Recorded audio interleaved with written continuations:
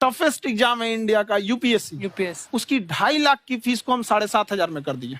और सेम बहुत बढ़िया, वेरी गुड। और इंडिया के सबसे बेस्ट टीचर के साथ जो भी हैं वो अपने सब्जेक्ट में उससे बेस्ट इंडिया में कोई नहीं। और इतना के बावजूद ऐसे हम लोग को लगता होगा 7,500 बहुत कम है। एक लड़की ने कहा कि सर शाम वाले बैच को ना मॉर्निंग में कर दीजिए। हम कहे बाबू तो इतना सबके इंडिविजुअल से तो बैच ट्रांसफर नहीं, तो क्या प्रॉब्लम है? उसने कहा ना शाम में हमको दूसरे के यहाँ बर्तन मांजने जाना होता है। तो हम लोग को लगता है कि जितना ये तकलीफ इससे कई गुना ज्यादा है। और कई बार तो ऐसा लगता है कि वो भी ना ले। एक लड़का बेचारा नदी से बालू निकालता था और वो बालू को भरता था, फिर नाव बालू को किनारे लेके बेचती थी और वो बालू भरता था, उससे मेरी फीस ले आया। हमारा हाथ कांप गया, हम कैसे फीस ले लेंगे यहाँ पर। बहुत बढ़िया। उसी दिन हमने ये प्रण लिया था कि भारत का कोई भी बच्चा उसके सफलता में पैसा उसकी बाधा नहीं बनेगी, चाहे उसको जितना भी पढ़ना रहे यहाँ पर। क्या बात। और अर्चना जी, मैं इनके बारे में एक बात, खान सर आपके बारे में मैं एक बात कहना चाहता हूँ। इनका जो स्टार्टअप है ये बूटस्ट्रैप्ड है। अच्छा। मैं साधारण भाषा में बता देता हूँ, ये सेल्फ फंडेड है। इन्होंने अभी तक किसी और से पैसा नहीं लिया है। ये इन्वेस्टर के पैसे से नहीं, इन्होंने खुद इसको बिल्ड किया है। और बल्कि इतना स्ट्रॉन्ग स्टार्टअप है ये कि मैं कहूंगा कि अगर इन्वेस्टर्स को इन्वेस्ट करना हो तो मैं इंडोर्स करता हूँ ऐसे स्टार्टअप्स को। यही सब चीजों को देखते हुए कई लोगों ने धमकी भी दिया था वहां पर। अच्छा। और उसके बाद बम चला दिए और 7-8 बम चला दिए और कुछ ब्लास्ट हुआ। एक बेचारा नया लड़का आया था एडमिशन लेने के लिए, उसकी स्कूटी उड़ा दिया। वो आया था, कहा कि सर हम तो पढ़ने आए थे, हमारा स्कूटी उड़ गया। हमारी ऑफिस उड़ा दिए सब। एक तो पास में आके गिरा और नहीं फटा वो।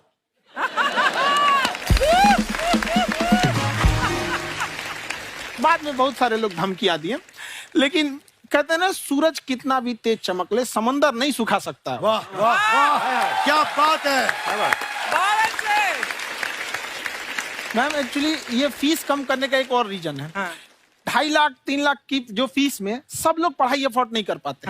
इसलिए वो कुछ ही लोग अफोर्ड कर पाते हैं, तो उनका मेंटल लेवल तो बहुत ऊपर चला जाता है। लेकिन एक पूरे देश का मेंटल लेवल थोड़ा सा स्टेबल नहीं हो पाता। तो जब फीस कम रहेगी तो हर वो लड़का तैयारी करने के लिए आगे आएगा जिसका सपना है देश के लिए कुछ करने का। सीटें लिमिटेड हैं, उन्हें को मिलेगी, लेकिन जिन्हें नहीं मिलेगी उसे मिलेगा देश का एक जिम्मेदार नागरिक। तो इस देश को बदलना। क्या बात है। हम लोग विश्व गुरु कहे जाते थे, क्यों? क्योंकि दुनिया से लोग हमारे यहाँ पढ़ने आए थे। चाइना से ह्वेनसांग आया, फायान आया, आज कोई नहीं आता है। हम लोग का उद्देश्य एक समय आएगा जो फिर आएंगे यहाँ पढ़ने के लिए। क्या बात है। पर आप देखो अर्चना जी, सबसे ज्यादा आईपीएस आईएएस बिहार से निकलते हैं। आप देखो पढ़ाई लिखाई में पॉलिटिशियन बहुत बड़े बड़े निकले हैं। तो ऐसा नहीं है, हर जगह ऑप्शन भी नहीं है वहाँ पे, इंडस्ट्री नहीं है, खेती करेगा तो कोई खास वो नहीं रहे, ऑप्शन भी नहीं है। सही बात है। बिहार की मिट्टी में एक चीज है, जिद तो बहुत जबरदस्त है। कुछ भी नहीं रहेगा तो सब कुछ पाने का उसको जिद रहेगा, करके भी दिखा देगा। वहाँ पे कर देंगे हम यहाँ पे। विवेक सर, आपके बारे में हमने सुना एक बार आप संन्यास लेने चले गए थे। कौन वापस लेके आया आपको? फिर कहाँ तक पहुंच गए थे आप? नहीं, मैं एमबीए की पढ़ाई के बाद मैं ये सोचा था कि अपना जीवन भगवान की सेवा में समर्पित कर दूं। अच्छा जी। बहुत साल मैं वृंदावन में रहा था और गुरुकुल में रहा था। अच्छा। और वहाँ सेवा करना, बहुत अच्छी शिक्षा मिली। मैं बोलता हूँ मेरी असली एमबीए वही थी, मोस्ट ब्यूटीफुल एसोसिएशन। और मैं वहाँ भगवत गीता पढ़ी, जहाँ मुझे गीता से लगाव हुआ। तो मेरे गुरुजी का आदेश था कि आप भगवत गीता को बिजनेस मैनेजमेंट के साथ जोड़ के देश दुनिया में बताओ। मेरे को लगा बड़ा मुश्किल काम है। मैंने बाद में देखा कि डॉक्टर स्टीफन कॉवी, जिनकी किताब है 7 habits of highly effective people, आप सबने पढ़ी होगी, उन्होंने बोला मैंने 7 हैबिट भगवत गीता से लिए। और हमारे देश के लोग ऐसे हैं जो मेरी किताब पढ़ते हैं, जो कि 3.5 मिलियन कॉपीज बिक चुकी हैं, और भारत में भगवत गीता नहीं पढ़ते। तो मुझे लगा कि मैं गीता विद मैनेजमेंट के ऊपर आकर के बातचीत करूं। मुझे लगा बहुत कठिन होगा, पर मेरे गुरुजी का आदेश था कि कठिनाई आपको तभी तक दिखेगी जब कठिनाई को देखोगे। तो एक छोटा उन्होंने मुझे बताया, पूछा कि इस कमरे में लाल रंग कितनी जगह है, देखो आप भी एक बार जरा देख के बताओ। 7-8 जगह लाल रंग दिख रहा है यहाँ पे आपको? 1 ये 2, वो लाल रंग टी शर्ट पे 3 4 5, ये लाल हो गया 6, उधर लाल हो गया 7, एप्पल लाल, बिल्कुल ठीक 7। पर जब आप लाल रंग ढूंढ रहे थे तो क्या आपको हरा रंग दिख रहा था? Yes no? नहीं। जब आप लाल रंग ढूंढ रहे थे तो क्या आपको काला रंग दिख रहा था? Yes no? नहीं। नो। जिंदगी भी ऐसी है, जो ढूंढोगे वही मिलेगा, बाकी कुछ नहीं मिलेगा। तो उन्होंने कहा कि आप इसी सोल्यूशन पे फोकस करो और गीता के मैसेज को पहुंचाओ। तो मैं बिजनेस मैनेजमेंट के प्रोग्राम्स कॉर्पोरेट्स में करने शुरू किए, क्योंकि गीता पहला मोटिवेशनल सेमिनार जो पृथ्वी के इतिहास में कपिल जी हुआ, वो कृष्ण ने दिया था। पहले मोटिवेशनल स्पीकर इस पृथ्वी के इतिहास के कृष्ण थे, जिन्होंने अर्जुन को रणभूमि में मोटिवेट किया था। बड़ी पेशेंस कृष्ण ने अपने लीडरशिप क्वालिटी से दिखाई, वो मुझे बड़ा इंस्पायर किया, वो चर्चा ने इंस्पायर किया, वो डिस्कशन ने इंस्पायर किया। तो उस डिस्कशन को मैं आज भी लेके चलता हूं अपने साथ। कहां सर, हमने सुना है आप 5 स्टार में रुके थे कल और नीचे जाके वड़ा पाव खाने गए आप रेहड़ी पे। एक्चुअली क्या है ना कि वहां जो चीजें सीखने को मिलती है ना, खाली पेट और खाली जेब इंसान को जो सिखाते हैं वो किसी यूनिवर्सिटी कॉलेज में नहीं सिखाया जाता। और गरीबी बड़ा बेशरम चीज होती है। तो कहते हैं कि मौत भी तू जल्दी आया कर गरीब के घर में, कफन का पैसा भी खर्च होता है दवाइयां खरीदते खरीदते। हाय हाय हाय, क्या बात है। और खान सर की खासियत ये है कि जिसको तो पढ़ना है, जिसको एजुकेशन चाहिए, वो तो इनका वीडियो देखते हैं।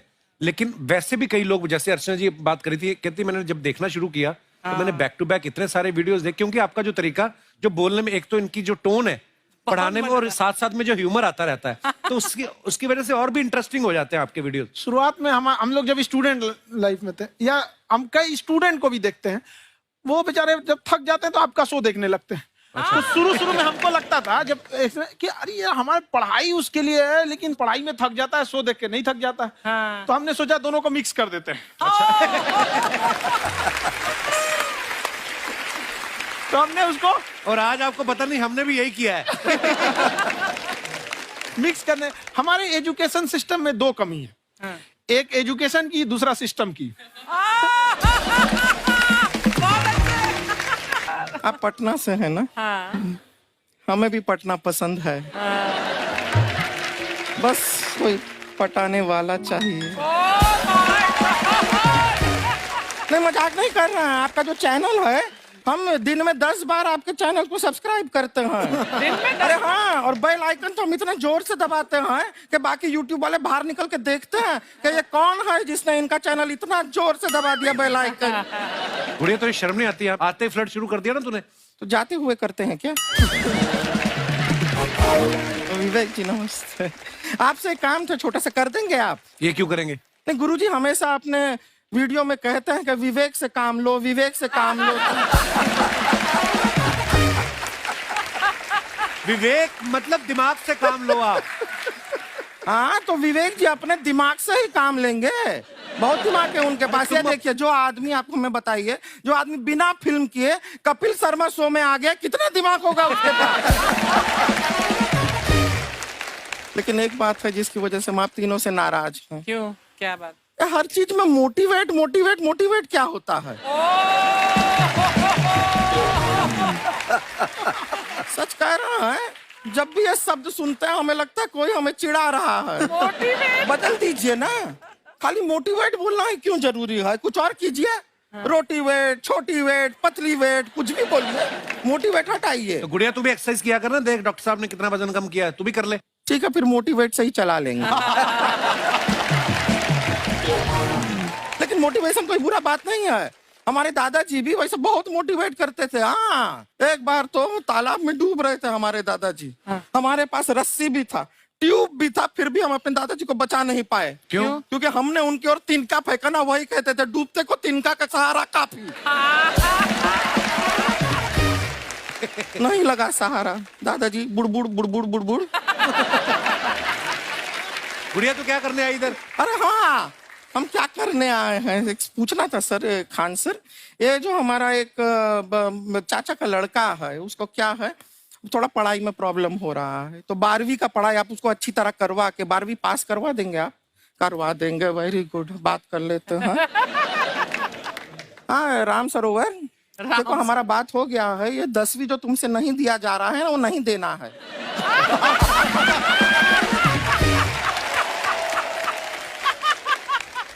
टेंशन नहीं है, 10वीं का खान सर से बात हुआ, ये सीधा 12वीं पढ़ा के पास कर देंगे। अरे ऐसे नहीं होता, पहले 10वीं पास करनी पड़ेगी, फिर 12वीं होगी ना। ऐसा कोई जरूरी नहीं है ये सीक्वेंस। हमारे मौसा जी थे, उनसे ना 10वीं हुई ना 12वीं हुई, अभी 3 दिन पहले सीधा उनकी 13वीं हुई।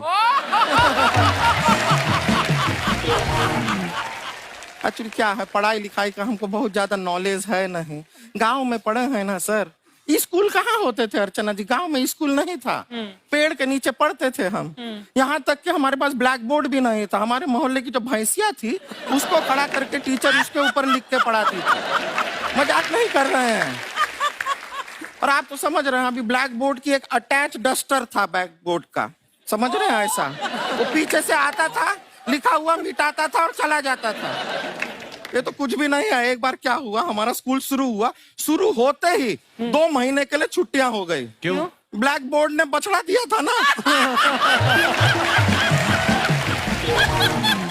तो वैसे आप लोग ना इतने ज्ञानी हैं, सब कुछ जानते हैं। आपसे एक टेक्निकल सवाल पूछे। एक बार ना 4 दोस्त थे, 4 दोस्त, साम दाम दंड भेद। वो डिसाइड करते हैं कि चलो एक गेम खेलते हैं, तो टीम्स बनाते हैं। तो साम दाम ने एक टीम बनाया। इस पे भेद को बहुत गुस्सा आया, पता है क्यों? क्यों? क्योंकि भेद को दंड मिलाना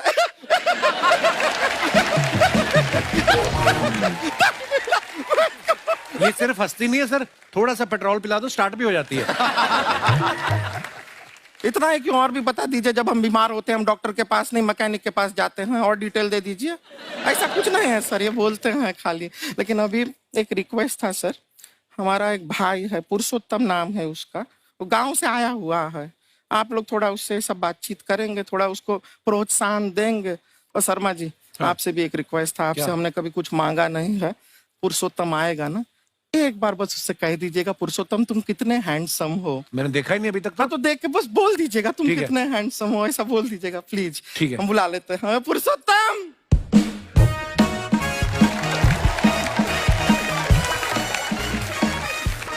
ये पुरुषोत्तम है। वाह, तेरा भाई बड़ा हैंडसम है। तो हमारे खानदान में सब हैंडसम है, ज्यादा चापलूसी करने का जरूरत नहीं है।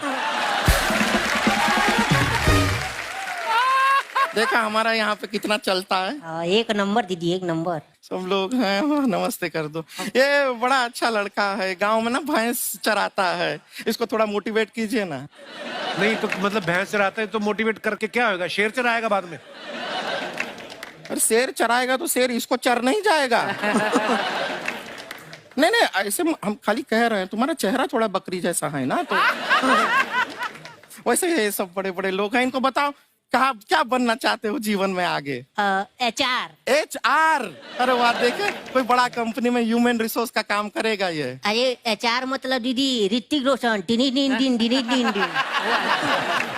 ना जूता पहनने का काम किया करो, जूता खाने का नहीं। काम किया है, कुछ बड़ा किया है लाइफ में? किया ना दीदी, एक बकरी के बच्चे को बड़ा किया है। तो क्या जिराफ बना दिया बकरी के बच्चे को? अरे कुछ अलग किया है। हाँ दीदी, अलग किया है। वही बकरी का बच्चा भैंस का दूध पीने जा रहा है, तो हमने उसको अलग किया है। इससे नहीं होगा, मैं रहने दो, इधर आओ। ये देखो इतना बड़ा बड़ा लोग बैठा है, इनके सामने ऐसा बातें करोगे? इनसे मिलो, इनसे मिलो। विवेक जी तो कितना मार्केट के बारे में भी जानते हैं, मार्केट का कोई सवाल पूछो इनसे। सर परसों जो है मार्केट में हमारी साइकिल गायब हो गई, आपने देखा है क्या? हमारी साइकिल गायब हुई ना, हाँ। इसलिए दिमाग से पैदल हो तुम। पैदल समझते हो? हाँ। चल लोगे? 20 कदम चलोगे? हाँ। हाँ, घूमो जरा, अभी 20 कदम चल के दिखाओ। निकलो।